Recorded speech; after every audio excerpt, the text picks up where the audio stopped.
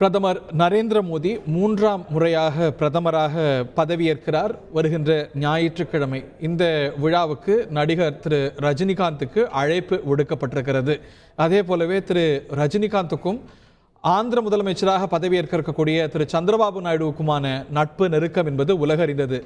அந்த பதவியேற்பு விழாவுக்கும் அழைக்கப்பட்டிருக்கிறார் திரு ரஜினிகாந்த். இதை பற்றிய மேலும் விவரங்களோடு செய்தியாளர் ராஜா டெல்லியிலிருந்து இணைகிறார். ராஜா, ஓட்டியோ. வணக்கம். பிரதமர் நரேந்திர மோடி 3வது முறையாக பிரதமராக பதவியேற்க இருக்கிறார். பதவியேற்பு விழா ஞாயிற்றுக்கிழமை மாலை 6 மணி அளவில் ராஷ்டிரபதி பவனில் நடைபெற இருக்கிறது.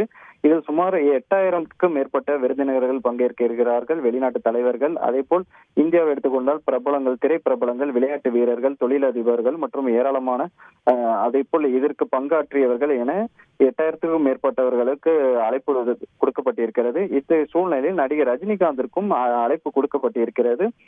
அதே போல் ஆந்திரா முதல்வர் தெலுங்கு தேசம் கட்சியின் தலைவராக சந்திரபாபு நாயுடு 12ஆம் தேதி பதவியேற்க உள்ள நிலையில் இதற்கும் அவருக்கு நடிகர் ரஜினிகாந்துக்கு அழைப்பு விடுக்கப்பட்டிருக்கிறது.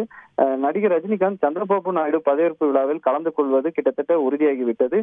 பிரதமர் நரேந்திர மோடியின் பதவியேற்பு விழாவில் கலந்து கொள்வது பற்றி நாளை முடிவு தெரிய வரும் என தகவல் வெளியாக இருக்கிறது.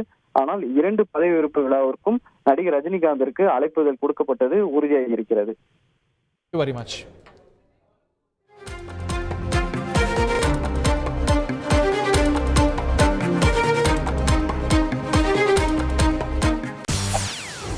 செய்திகளை உடனுக்குடன் தெரிந்து கொள்ள உடனே சப்ஸ்கிரைப் பண்ணுங்க.